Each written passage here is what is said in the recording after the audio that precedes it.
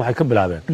mushaharkeenu waa inuu $5,000 noqdaa $2,000 bay ku darsadeen dadka Soomaaliyeed oo baqtiyaya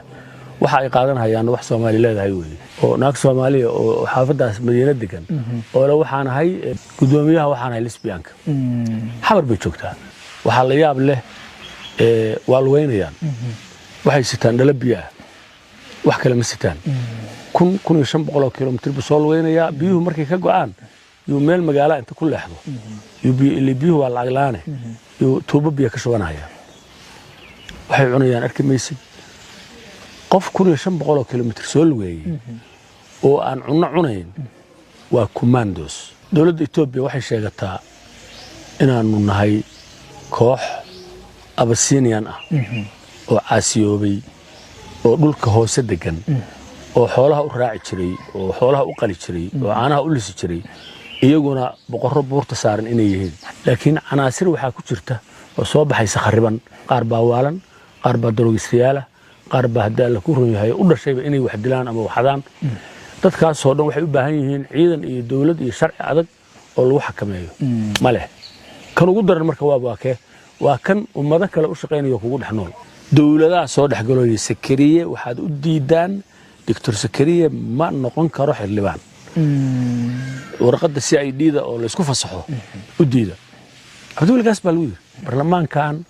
barlamaan la dhacay waa la soo dhacay goboladuna waa soo dhaceen magaalada caasimadana waa laga soo dhacay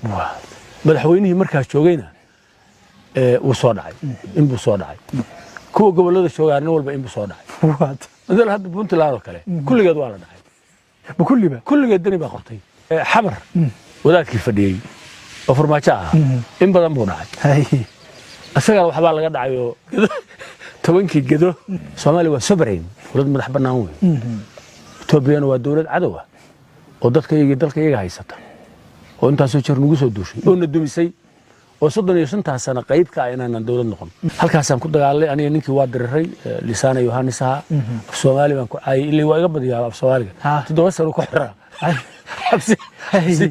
xabsi ciidanka la soo qabto xabashada marka wuxuu iga dacwooday rag buu iga dacwooday wuxuu ninkaas waa caayay dalka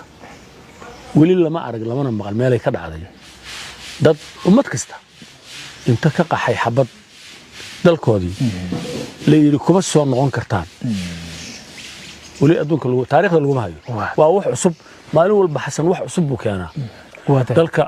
ummadda Soomaaliyeed baa dumisay oo loo isticmaalay waliba 3 qabiil baa loo isticmaalay hadda ku sheegay 3 qabiil baa isticmaalku taarget gareeyay oo ilaa qabiilada waa